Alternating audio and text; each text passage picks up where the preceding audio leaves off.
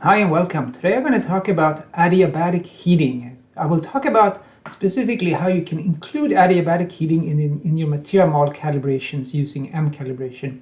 I will also talk about how you can use MCalibration to explore what kind of temperature increase would you see if adiabatic heating was the case in your simulations. So to do that, I have an experimental file here, so it's going to open that. Double-clicking on the icon here, and here's the experimental data. It shows true stress, true strain for a polyethylene material. And also I have an already calibrated 3-network material model here. So if I click on Run Once, we'll see that the predictions look really good. They overlap nicely to the experimental data when we plot true stress, true strain. But if we wanted to figure out what is the temperature in this specimen, I can plot on the right-hand side here on the y-axis. I can switch to, instead of stress and strain, I will switch over to temperature. So I'm going to do temperature on the y-axis, and I will do strain on the x-axis, true strain. So that sounds good. And we'll see that the predictions in blue here are constant. So the temperature that MCalibration would report here is the temperature that was specified in the load case definition. Even though some of the energy that was calculated could have been converted to heat. But by default, MCalibration doesn't do that. But you can turn this on very easily.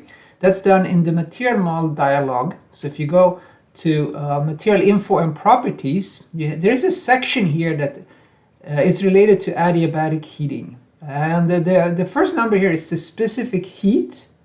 It specifies the specific heat of the material, and the pop-up window there we see that for polymers you should of course have the number that's really the proper value for polymers. But if you don't know what it is, you can sometimes guess, say 1500 e to the 6 with the units that I have here. Then there are some other features that are kind of interesting. In MCalibration, you can specify that if the strain rate is below a certain number, then there will be no adiabatic heating at all. So you could think of a situation where you take this specimen and you deform it slowly, so the heat will have time to dissipate away.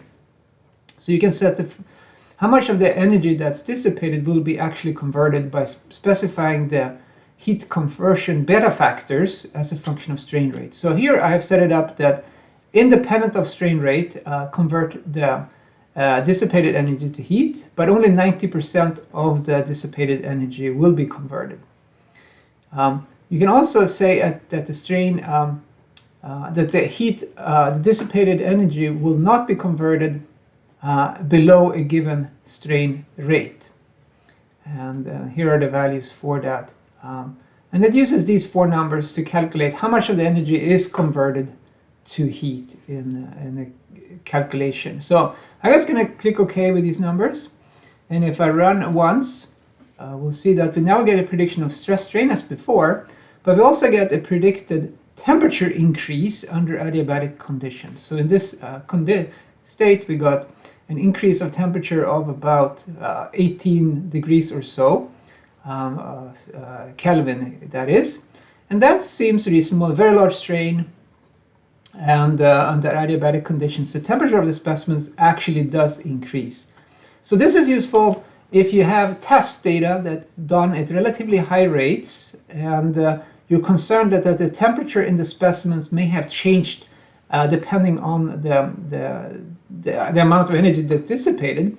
So if you have a material model here, you can capture that. You can include this temperature change in your calibration by having a temperature-dependent material model.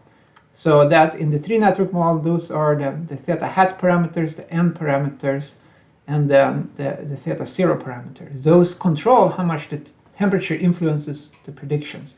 So if I had more data here, I could actually include this kind of information in my calibration to make sure that I have a valid temperature-dependent material model. You can also use this adiabatic heating feature to explore how much the temperature might have changed in a virtual examination, just like I did here. I hope you found this useful, and let me know if you have any questions.